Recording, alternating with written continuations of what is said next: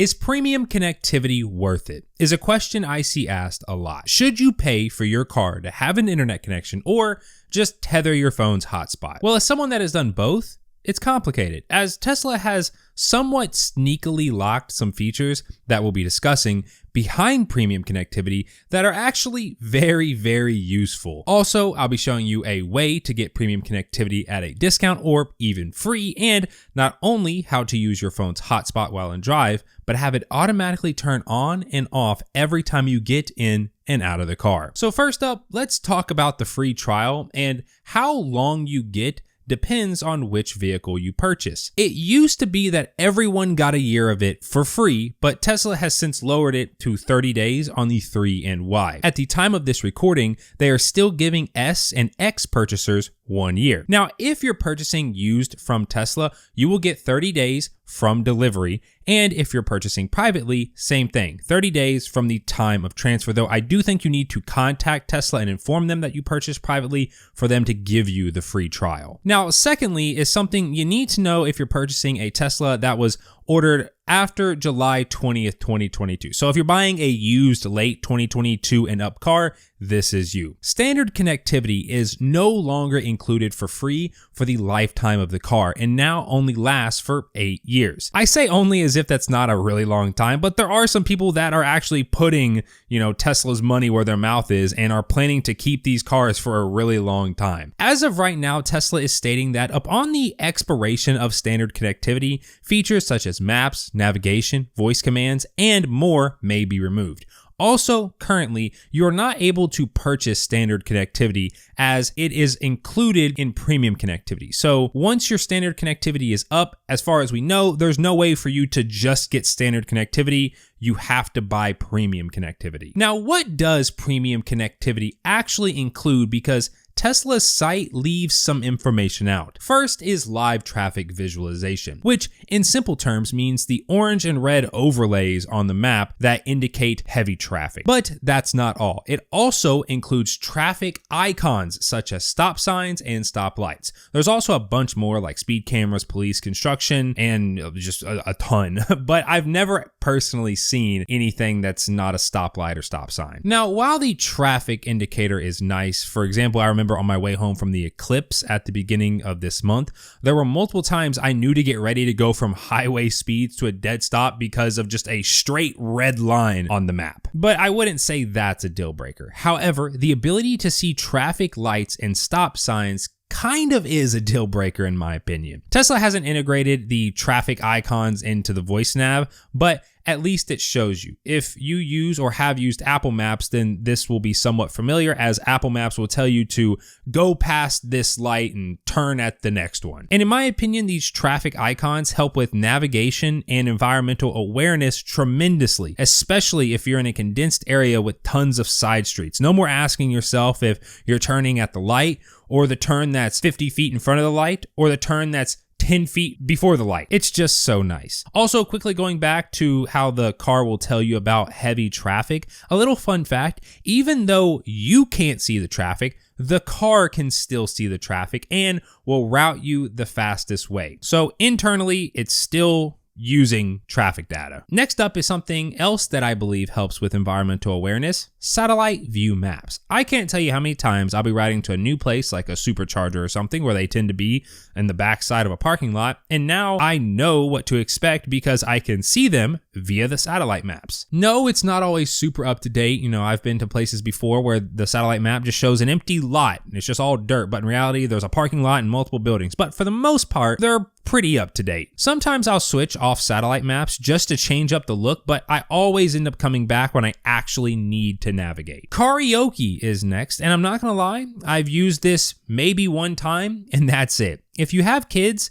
and in a Refresh 3 or S/X with a screen in the back for them to sing along with, then maybe it's worth it. But for me, and I would say most people, No. And then the final premium only, you can't tether your phone for this feature, and it's a big one, live camera view. The ability to check on your car when you've parked in kind of just not the best spot. I think we've all been there. Which this was recently updated to allow a full 360-degree view. Prior to a few updates ago, you couldn't see the front driver and passenger side, but Tesla has now enabled the B-pillar cameras to be used for live view. There is also a new feature coming in the spring 2024 update that will show a preview of what the car is seeing right on your notification screen if your alarm goes off. I can only assume, because live view is premium only, this will be too. I found myself using this the most when I'm traveling and I'm parked overnight in an unsecured location at like a hotel parking lot or something like that, and I just want to make sure that the car is okay. You can also view the interior camera where you would pretty easily be able to tell if a window had been smashed or the car broken into. This feature is a deal breaker for me. You know what else is a deal breaker for me? When Tesla accessory stores don't sell Model 3 Highland or refreshed accessories. And that's why I'm happy to announce that as of today, Test Stuff is now offering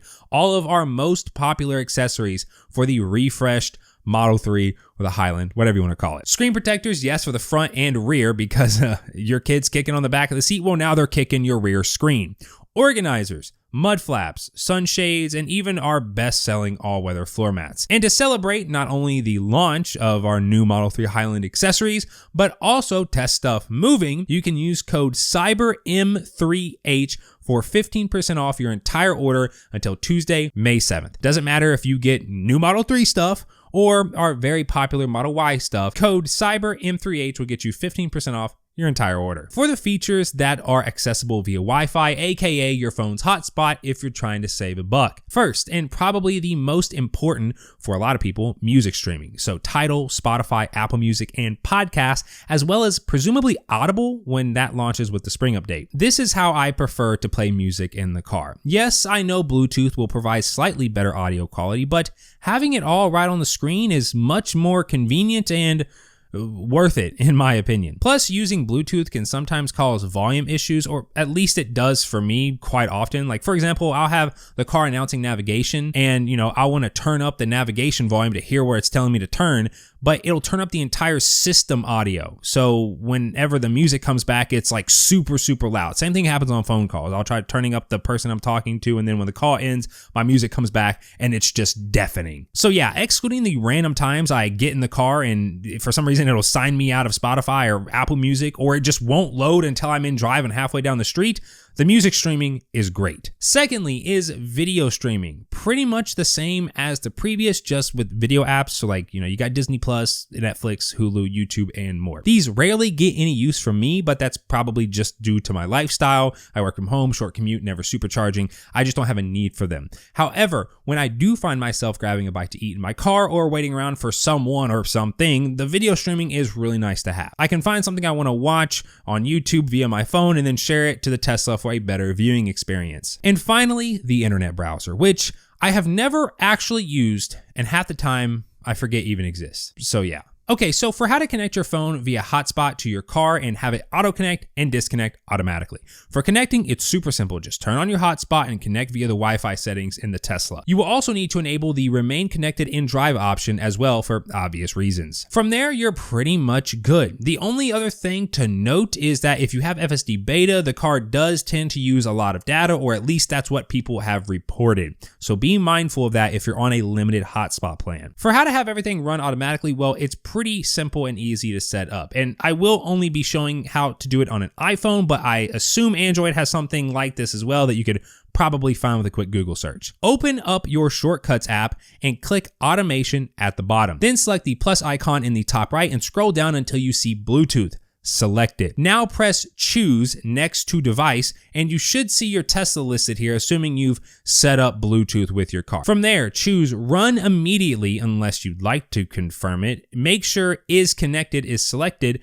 and choose next. Now select new blank automation followed by add action and search for hotspot. You will want to choose the option that says set personal hotspot and make sure it is set to turn personal hotspot on, and you're done. Then, to have it auto turn off, create another identical automation to what you just created, but this time have is disconnected selected instead of is connected, and have turn personal hotspot set to off instead of on.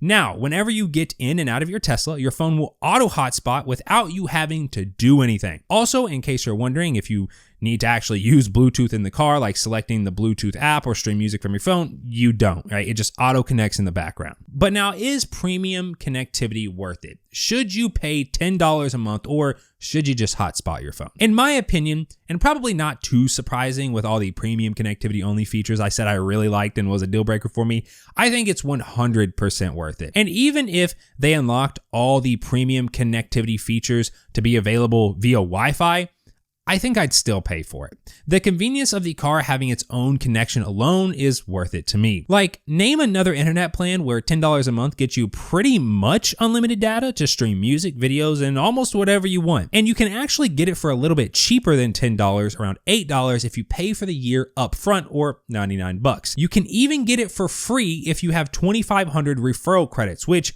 is actually what I did last year. The referral program is apparently ending, but it's being revamped and re-released in a few months, or at least that's what Elon has said. But yeah, honestly, you just spent $30,000 to $50,000 on a Tesla. I doubt $8 a month for a cellular connectivity plan that unlocks all the cool features is gonna be a burden to you. Unless you literally aren't going to use any of the premium only features, can set up an automation so you don't have to manually enable hotspot every time, and you have a lot of data that you can burn on your mobile plan, then sure, don't buy it. Your car can still navigate you to superchargers, call emergency services in the event of an accident, and get updates, though those are done over Wi-Fi. But that's my opinion. Let me know your thoughts down below. Do you think it's worth it? If you are new around here and you want to see more Tesla related stuff, then feel free to subscribe. I'd appreciate it. And I will see you all in the next one.